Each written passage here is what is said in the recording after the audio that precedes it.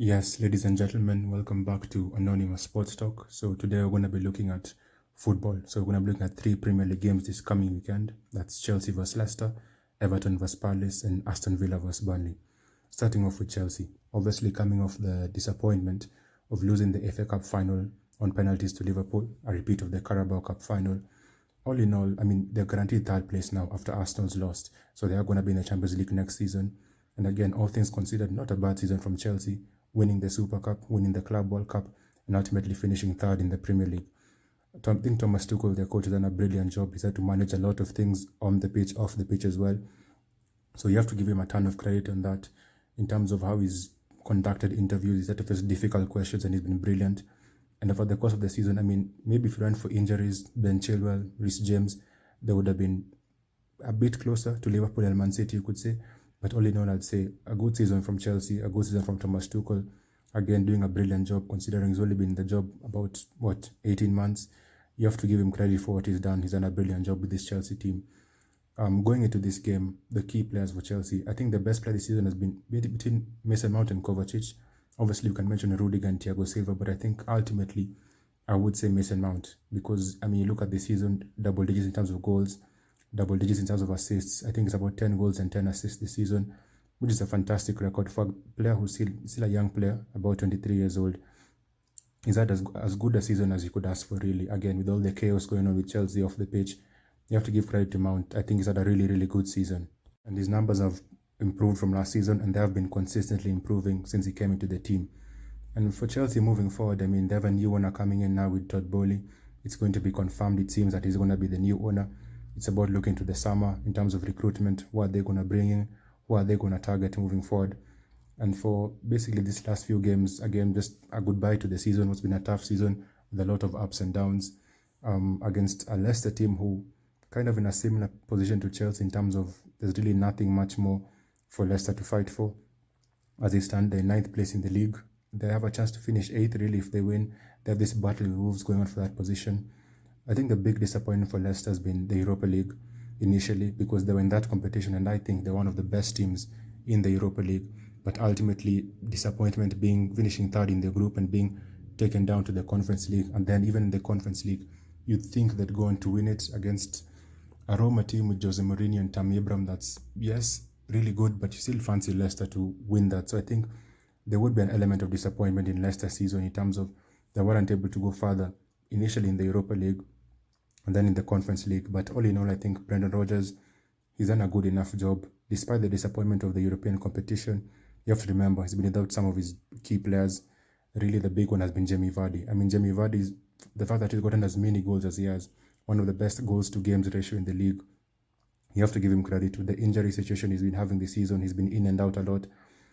Look at the defense. Wesley Fofana, a bad injury at the beginning of the season. For him to come back playing now, it's amazing. Johnny Evans has been in and out. Pereira was out injured. Harvey Barnes was out injured. So they've had a big struggle, Leicester, with the injury problems they've had. So you have to give them credit for what they've done. So Juventus' form at the back, it's been up and down. He hasn't been as good as he once was or as consistent really since the Euros with Turkey. And so I think all in all for Leicester, as disappointing as their European performance has been, there is a slight excuse you could give them with the fact that they've had injuries, players coming in and out, and a lot of instability really. So the instability has been on the pitch, whereas with Chelsea, I mean, it's been off the pitch with the ownership and everything going on there. I think this would be an interesting game to see because both teams really don't have much to fight for this season. Both of them are looking at, like Chelsea are either going to be third or fourth, really, probably third. Leicester either going to be 9th and 8th, depending on what Wolves do in the final game of the season. I think it's going to be a close game, but I'm going to give Chelsea the edge. I'm going to go 2-1 Chelsea. Leicester, my big issue with Leicester is, I mean, from set pieces this season, they've had really big problems, and Chelsea are really good on set pieces. They've shown this season. One of the best teams from set pieces. I give Chelsea the slight edge in that first game. Now, moving on to the next game, we have Everton versus Palace. Now, Everton, as it stands, are in 16th position. They basically need one win to guarantee their safety, to guarantee survival and be playing Premier League football next season. Again, another team that has had a disappointing season, really, Everton. A team that at the beginning of the season, people there were high expectations for Everton to finish high up in the table, but for them to be 16th right now, it is disappointing. Benitez, that whole thing didn't really work out, so they got rid of Benitez. They brought in Frank Lampard, who kind of struggled as well to find his feet, to find his ground with Everton. But they find themselves in a good enough spot now where it's in their hands, really. They're out of that relegation zone as it stands, so if other teams don't win and they don't win, Everton will still be fine. But really, it has been a disappointing season for Everton when you consider how much they spend, where they want to go moving forward with the new stadium and all that going on. For them to be in 16th position right now, they will be disappointed with that. However, it's in their hands. That's what's important. They're one win away to guarantee safety. The game against Brentford would have been massively disappointing if you think they'd win that game. But with the red card and everything, just, again, very, very disappointing for Everton. I think actually before that it was the game against Watford where you think they'd win, but they go there and the only thing they can do is get a draw. Very, very disappointing. Moving forward into this game, they also have issues in defense with Keane and Yeremina. Are they going to be fit? And if they are they going to be 100%?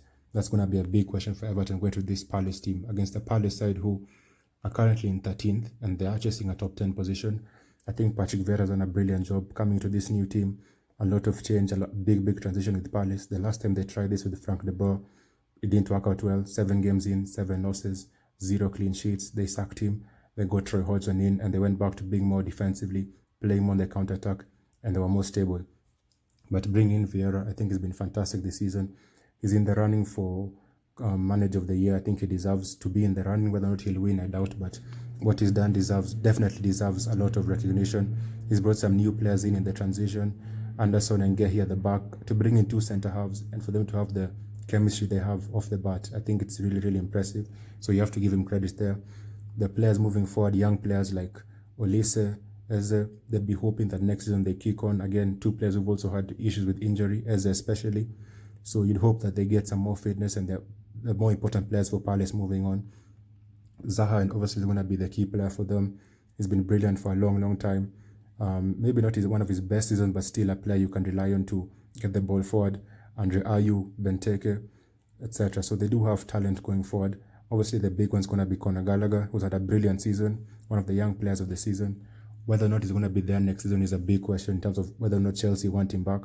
And it'll be a big, big miss for Palace if they don't end up keeping him. I think this will be a tough game. My worry for Everton is the defensive issues they have with the fitness questions of Keane and Mina. Are they going to be good to go? And because of the defensive worry I have for Everton and the attacking threat that Crystal Palace have, I'm edging slightly towards Crystal Palace on this one. I'm going to go Palace 2, Everton 1. And then the final game we have Aston Villa vs Burnley. A Villa team that, I mean, the theme of disappointment goes on really because they spent a lot of money. They were moving forward. Losing Jack Grealish would have been a big miss, but they recouped that money with players like Buendia, for example. But again, they find themselves in 14th position. To be fair, they could still finish top 10 if they win the remaining 2 games and other results go for them. But yeah, they got rid of Dean Smith. They brought in Steven Gerrard, who took a big jump, a big leap, moving from Rangers, where everything was going well, to come to this Villa team where, being in the Premier League, I mean, it is a tougher league than the Scottish League, with all due respect. And I think for Steven Gerrard, this half season was really about looking at the players he's going to work with next season. In a similar way, when Brendan Rodgers actually left Celtic for Leicester, in that half season, he looked at the players he needed and then made the changes he would have needed to made. And that next season, they kicked on and they almost got top 4. So I think it's something similar for Steven Gerrard to look at what he has right now, what he can work with moving forward.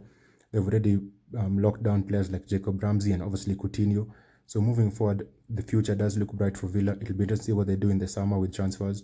Obviously, more interesting to see what they do at the weekend. Aston Villa vs Man City. We're going to be reviewing that game in another video coming up soon. Is Steven Gerrard going to win it for Liverpool? Is Coutinho going to win it for Liverpool?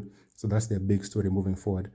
But today they come up against a Burnley team who are in 18th position. Obviously, they also fired their coach and they replaced him with sort of Mike Johnson and Ben Mee together. Then obviously I said 18th position. They are 1 point behind Leeds with this game in hand. Their form did pick up when they parted ways with Sean Dyche. However, recently they're coming off a loss to Tottenham, which would have been disappointing. But I think that it was a good enough performance. They hit the post. Lloris made some good saves.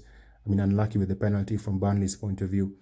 So actually, I think Burnley, considering they're fighting for their lives, again, it's in Burnley's hands really. Leeds are the team who are in trouble really because they're hoping that either Palace or Aston Villa do them a favour and they win their game. in the final day of the season against Brentford. But for Burnley coming up against Villa, I give Burnley the edge in this one. I think the fact that they're fighting to stay up in the league, Aston Villa not really much to play for, maybe more with the eyes towards the game against Man City and doing Liverpool a favour. I give Burnley the edge slightly in this one. I think they're going to take it 1-0. A player like Weghorst, who's came off the bench in the last games, it's going to be interesting to see whether he starts or not. Will Cornejo get in good position to be able to finish his chances? But I give Burnley the edge in this game. Again, like I said, I think Weghorst is going to be key, whether he starts or comes off the bench. Ashley Barnes, they have a lot of good players going forward, Burnley. If they can be solid enough on defense, I think they could take this game. So yes, ladies and gentlemen, those are my thoughts, my views. Let me know in the comments what you guys think. Do you agree with my predictions? What are your predictions on this game? I would like to know what you guys think. Which teams are going to win? Who are going to be the key players in this game?